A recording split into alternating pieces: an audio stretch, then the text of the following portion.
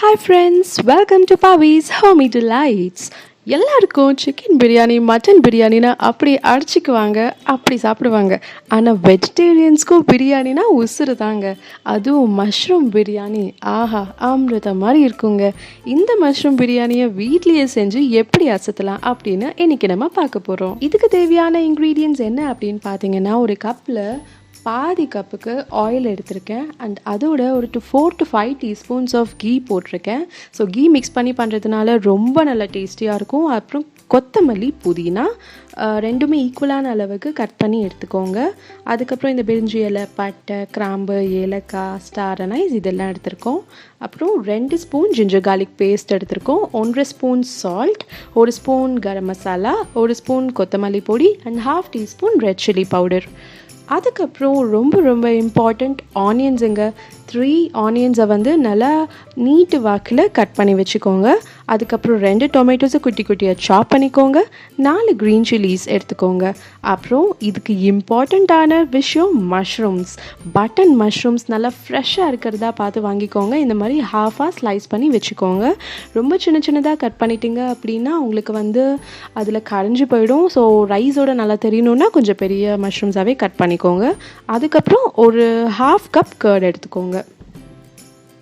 Next வந்து பாஸ்மதி ரைஸை எடுத்து நீங்கள் தண்ணியில் சோக் பண்ணி வைக்கணும். இன்றைக்கி நான் 1/2 கப் பாஸ்மதி ரைஸ் எடுத்திருக்கேன்.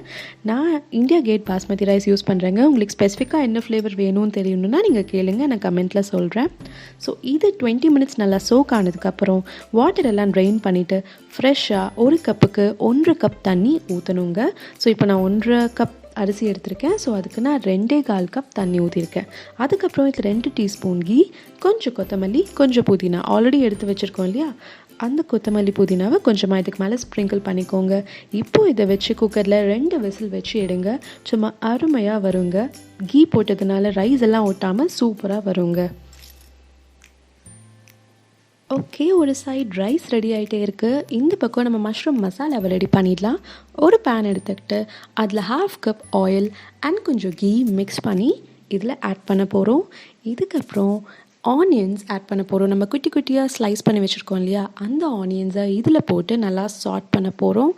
ஸோ இது கிட்டத்தட்ட ஒரு ஃப்ரைட் ஆனியன்ஸ் லெவலில் நம்ம எடுக்க போகிறோங்க. நல்லா கோல்டன் ப்ரௌன் கலரில் வர வரைக்கும் இதை ஷாலோ ஃப்ரை பண்ணி எடுத்துக்கோங்க. ஏன் நம்ம பிரியாணியில் வந்து ஆனியன்ஸ் ஃப்ரை பண்ணி போடுறோன்னா அந்த டேஸ்ட்டே வந்து ரொம்ப சூப்பராக இருக்கும். ஹோட்டலில் நீங்கள் சாப்பிடும்போதும் உங்களுக்கு ஃப்ரைட் ஆனியன்ஸ் எப்பயுமே டாப்பிங்ஸாக போட்டு கொடுப்பாங்க. அதோட டேஸ்ட்டே தனி. ஸோ இன்றைக்கியும் நீங்கள் வீட்டில் அதே டேஸ்ட்டை சூப்பராக கொண்டு வர போகிறீங்க. அதுக்கு தான் இந்த ஃப்ரைட் ஆனியன்ஸ். ஸோ ஒரு 5 மினிட்ஸில் இந்த ஆனியன்ஸ் வந்து ரொம்ப நல்லா ஃப்ரை ஆகிடுச்சு. ஸோ இதை வந்து இப்போ செப்ரேட்டாக ஒரு பிளேட்டுக்கு ட்ரான்ஸ்ஃபர் பண்ணிக்கோங்க. ஓகே, இப்போ நம்ம மஷ்ரூம் மசாலா ரெடி பண்ண வேண்டிய டைம் வந்தாச்சு. ஒரு பேன் எடுத்துக்கிட்டு அதில் பேலன்ஸ் இருக்கிற oil and ghee mixture add பண்ணிக்கோங்க. இதில் நம்ம எடுத்து வச்சுருக்கிற பிரிஞ்சி இலை, பட்டை, லவங்கம், ஏலக்காய் எல்லாமே ஆட் பண்ணிக்கோங்க. ஸ்டார் அனைஸ் இது எல்லாமே போட்டு நல்லா அந்த அரோமா வர வரைக்கும் சூப்பராக சாட் பண்ணி எடுத்துக்கோங்க.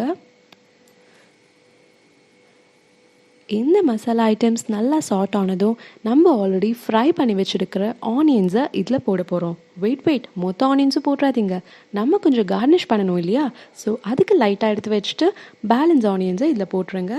இது ஆல்ரெடி ஃப்ரை பண்ண ஆனியன்ஸ்க்கு, ஸோ ரொம்ப சாட் பண்ண தேவையில்லை. ஸோ இந்த ஆனியன்ஸில் நம்ம எடுத்து வச்சுருக்கிற 2 ஸ்பூன் ஜிஞ்சர் கார்லிக் பேஸ்ட்டை ஆட் பண்ணிக்கலாம்.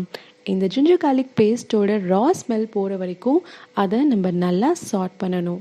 ஜிஞ்சர் கார்லிக் பேஸ்ட் ரொம்ப ரொம்ப சூப்பரான ஒரு ஃப்ளேவர் கொடுக்குங்க நம்ம பிரியாணிக்கு. இதை கண்டிப்பாக நீங்கள் ஸ்கிப் பண்ணவே முடியாது.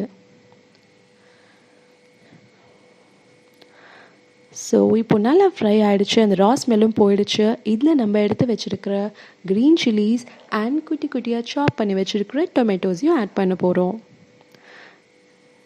நல்லா கலர்ஃபுல்லாக ஆகிடுச்சுங்க. இப்போது இதை நல்லா சாட் பண்ணிக்கோங்க.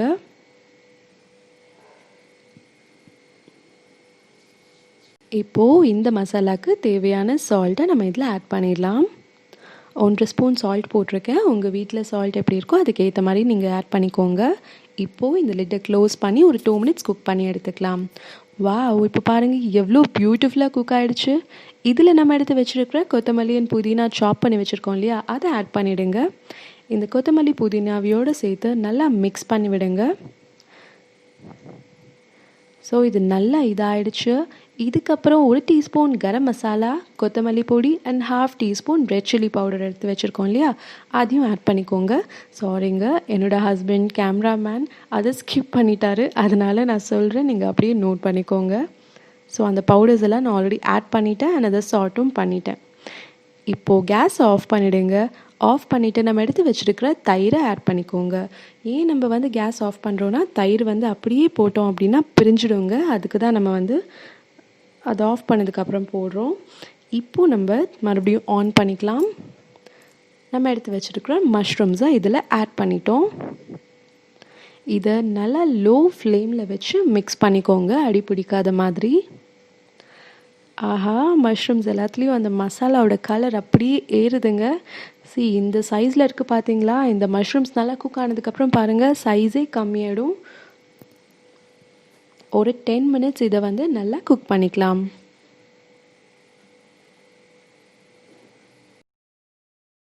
ஸோ நம்ம சைடில் வந்து ரைஸை வச்சுருந்தோம் இல்லையா? 2 விசில் வந்துடுச்சு. இப்போது இதை நம்ம ஓப்பன் பண்ணி பார்க்கலாம்.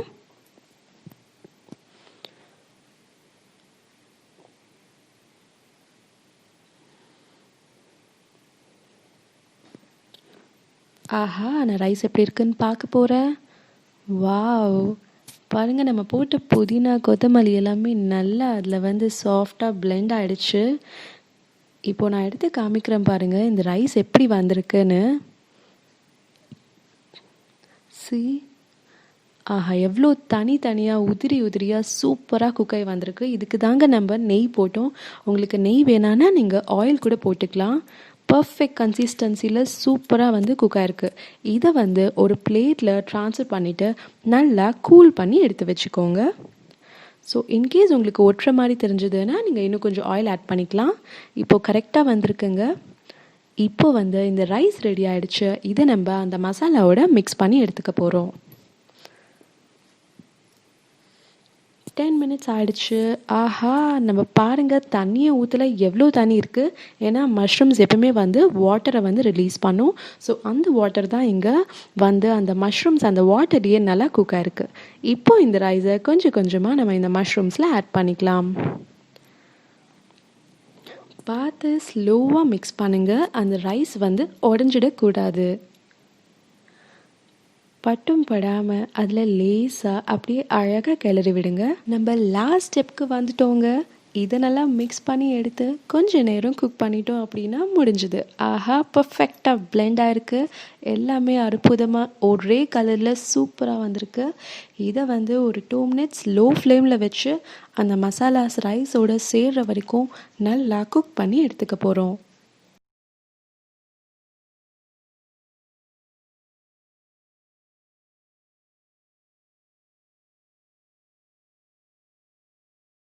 டூ மினிட்ஸ் ஆயிடுச்சு. டடாய், இதோ உங்களோட மஷ்ரூம் பிரியாணி ரெடி ஆயிடுச்சு. இதை எப்போ சாப்பிடலான்னு நான் அப்படியே காத்துட்ருக்கேங்க. இந்த மஷ்ரூம் பிரியாணியை ஒரே ஒரு வாட்டி பண்ணி பாருங்கள். கண்டிப்பாக உங்கள் வீட்டில் எல்லோரும் உங்கள் சமையலுக்கு அடிமையாயிடுவாங்க. எஸ், என்னோடய ஓன் எக்ஸ்பீரியன்ஸில் சொல்கிறேங்க. இந்த மஷ்ரூம் பிரியாணியோட டேஸ்ட்டு தாங்க. கண்டிப்பாக உங்களை அடிக்கடி இதை செஞ்சு கொடுங்கன்னு கேட்டுக்கிட்டே இருப்பாங்க. பார்த்தது போதுங்க. இப்போ நீங்கள் உங்கள் வீட்டில் போய் இதை ட்ரை பண்ணி பார்த்து எல்லாரையும் ஆசைத்துங்க. உங்களோட வியூஸை கமெண்ட் செக்ஷனில் ஷேர் பண்ணுங்கள். இந்த வீடியோ உங்களுக்கு பிடிச்சிருந்தா லைக் பண்ணுங்கள், ஷேர் பண்ணுங்கள், சப்ஸ்கிரைப் பண்ணுங்கள். அண்ட் இந்த பெல் ஐக்கானையும் கிளிக் பண்ணுங்கள். டெய்லி நான் போடுற அப்டேட்ஸ் உங்கள் எல்லாருக்கும் வந்துக்கிட்டே இருக்கும். Thank you friends.